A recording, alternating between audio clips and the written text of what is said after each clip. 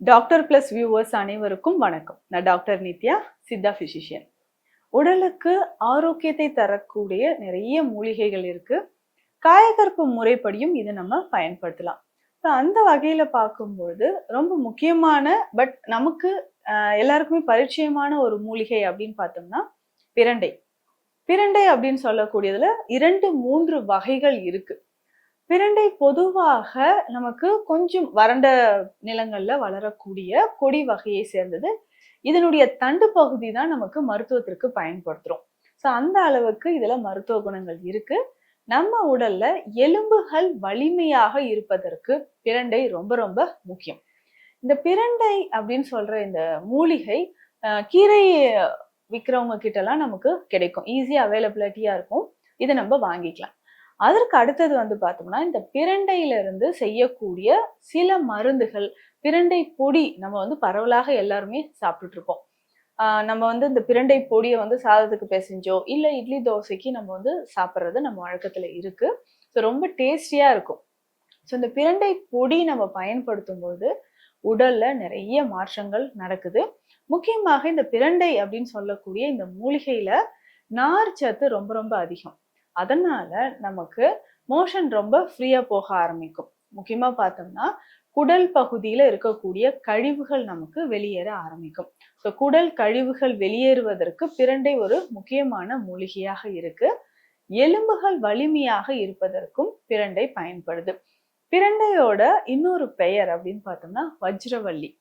வஜ்ரவள்ளி அப்படின்னு சொல்லக்கூடிய இந்த மூலிகை எலும்புகளை வலிமையாக்கக்கூடியது, ஆரோக்கியமாக இருப்பதற்கும் நமக்கு இது பயன்படுது. முக்கியமாக இந்த பிரண்டை அப்படின்னு சொல்லக்கூடியது இதுல இருந்து செய்யக்கூடிய சில மருந்து வகைகள். அதை கற்பம், பிரண்டை கற்பம் அப்படின்னு சொல்றோம், இல்ல பிரண்டை சத்து அப்படின்னு சொல்றோம், பிரண்டை உப்பு அப்படின்னு சொல்லக்கூடிய மருந்து, பிரண்டை சூரணம், பிரண்டை வடகம், இந்த மாதிரியான மருந்துகள் சித்த மருத்துவத்துல செஞ்சிட்டு இருக்கோம். இப்போ இதுல பேசிக்கா நம்ம பயன்படுத்தக்கூடியது அப்படின்னு பார்த்தோம்னா பிரண்டை உப்பு.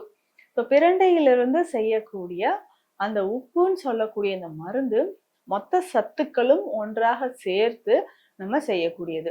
நம்ம உடல்ல இருக்கக்கூடிய பல வகையான கழிவுகளை வெளியேற்றுவதற்கு பிரண்டை உப்பு நமக்கு பயன்படுது.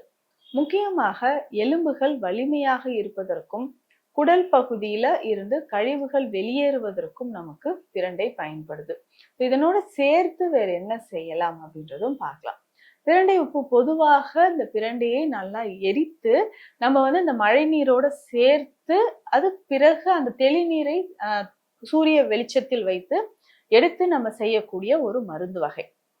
இந்த உப்புன்னு சொல்லக்கூடியது ஒரு சின்ன மிளகளவு சாப்பிட்டாலே இதனுடைய பலன் நமக்கு அதிகமாக இருக்கும்.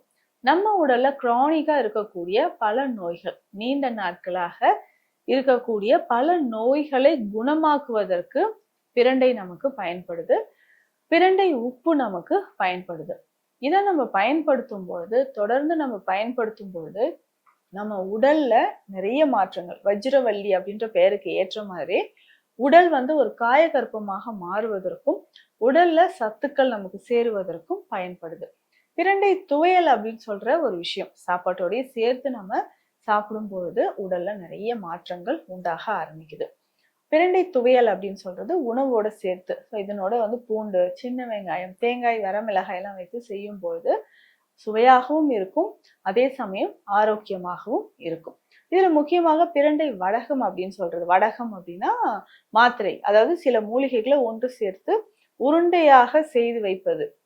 இப்போ இதை மாத்திரையாகவும் கிடைக்குது சித்த மருந்தகங்கள்ல. தினந்தோறும் இந்த பிரண்டை வடகம் அப்படின்ற மருந்தை சாப்பிடும்போது மூட்டுக்களில் ஏற்படக்கூடிய வலிகள் மற்றும் எலும்புகள், அதாவது வலிமையாக இருப்பதற்கு, நரம்புகள் வலிமையாக இருப்பதற்கும் நமக்கு பயன்படுது. இதனோட சேர்ந்து பிரண்டை பொடி, பிரண்டை சூரணம் அப்படின்னு சொல்றோம் இல்லையா, இதை நம்ம சாப்பிடும்போது உடலுக்கு அதிகமான ஆற்றல் நமக்கு கிடைக்குது.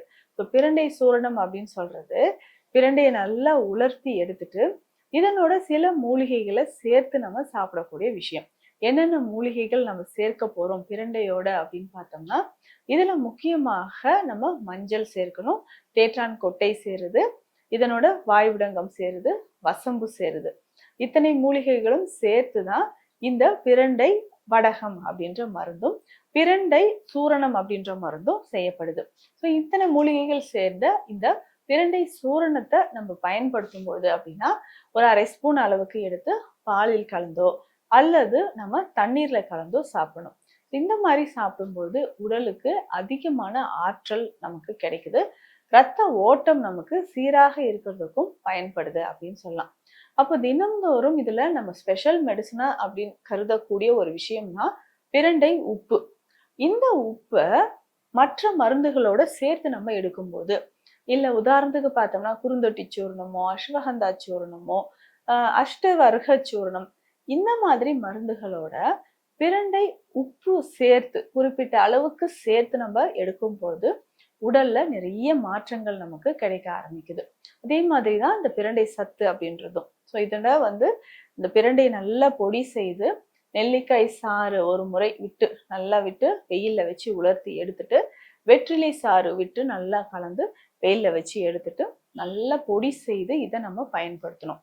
ஸோ இந்த பிரண்டை அப்படின்னு சொல்லக்கூடிய மருந்தை இப்போ இந்த நெல்லிக்காய் சாறு விட்டு வெற்றிலை சாறு விட்டு பாவனை செய்த பொடியை தினம்தோறும் நெய்யில் கலந்து சாப்பிட்டுட்டு வரணும். ஸோ எலும்புகள் ஆஸ்டியோ ஆர்த்ரைட்டிஸ் அப்படின்னு சொல்றோம். எலும்புகள் தேய்மானம், மூட்டு வலி இருக்கு, இடுப்பு வலி இருக்கு அப்படின்னு சொன்னா தாராளமாக இந்த மெடிசனை நம்ம ஃபாலோ பண்ணிட்டு வரலாம்.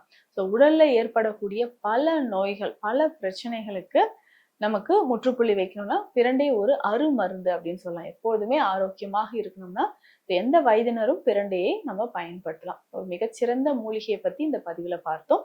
மீண்டும் அடுத்த பதிவில் சந்திக்கலாம். நன்றி.